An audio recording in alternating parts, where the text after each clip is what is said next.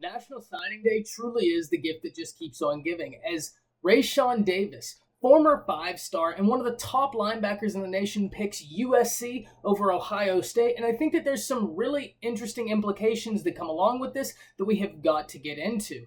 And y'all, before we do, I want to hear from you. Do you think that USC is starting to build something that within the coming years will be able to truly solidify them as their place in the Pac-12 as the top team? Give me a Y for yes and an N for no. If you're already here, go ahead and subscribe to the channel. Hit the bell notification. That way, anytime I'm uploading, you know, because we have plenty of content planned. Be sure to drop a like, and like I said earlier, comment down below. But let's get into this, because Raesjon Davis was picking between USC and Ohio State. And after he had the visit to Ohio State, he had some really interesting comments about it.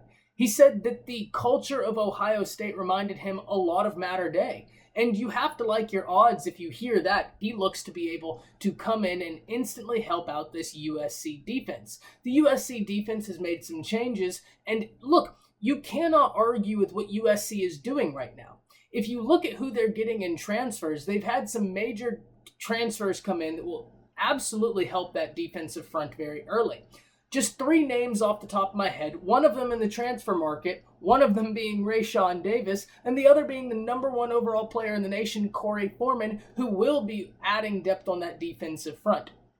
USC's been killing it not only in recruiting, but in the transfer market. And look, I think they realize that Slovis is a very good quarterback, and they have a window here. They have a great receiving core. The only thing we worry about with USC, and that I really worry about, is that offensive line. I don't think the offensive line has been very good in a long time. And if y'all ever saw my JT Daniels video, I thought JT Daniels, I don't want to say regressed because that's a very harsh word, but he didn't progress, I think is a better way to put it, at USC, and he was still phenomenal. The reason he couldn't make progress at USC in his development and in his technique is because the offensive line was so porous that he couldn't step into throws, which in turn, by the end of the season, gave him bad footwork. But even then, he was still just flexing on college football by making throws with less than optimal mechanics.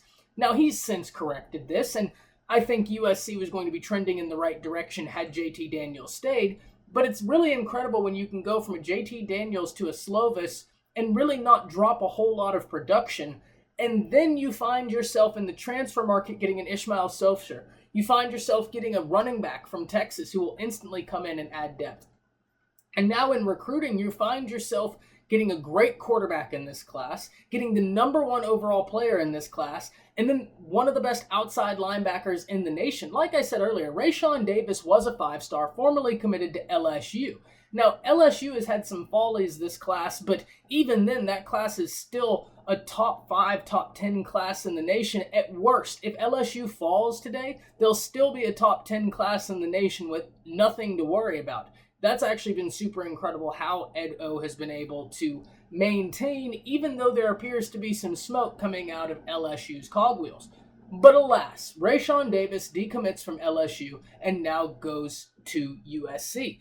And I think it really is interesting that both of the big name guys USC got, at least in the recruiting class this year, had formerly decommitted from somewhere else. Korey Foreman was committed to Clemson, and I've never known the official reason why Korey Foreman decommitted from Clemson, but I'll tell you what I've kind of heard is that it wasn't any bad blood. He liked the coaching staff liked him. He wanted to actually go through with his recruiting process. He wanted to be able to take visits, and Clemson has a policy that once you commit, they want you to shut all that down.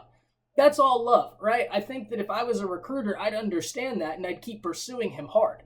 But alas, he ends up at USC. Once again, Raesjon Davis was committed to LSU, and he was one of the group that kind of started the decommitment process that LSU had faced this year. We're talking about guys like Keanu Coate, JoJo Earl, Raesjon Davis. All were a part of this LSU class, which really makes you sit and wonder what this LSU class would have looked like if we wouldn't have seen it kind of start falling apart, because they're still one of the best classes in the nation. But Raesjon Davis will be instant production in the USC defense. I really believe that we will be seeing him next year.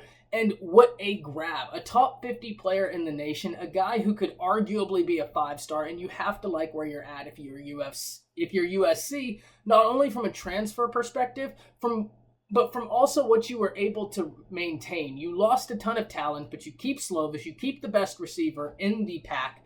Now you add in a great running back and a ton of talent on defense. I have to like where you're going. Just still need some work on that offensive line before you are in a prime position to really compete for the Pac-12. I still think you're in prime position to make for the Pac-12 championship, but it's going to be hard to beat the likes of Oregon with such a great defensive front if your offensive front can't match it. That's it for this video. Be sure to like, comment, and subscribe. That's it. See ya.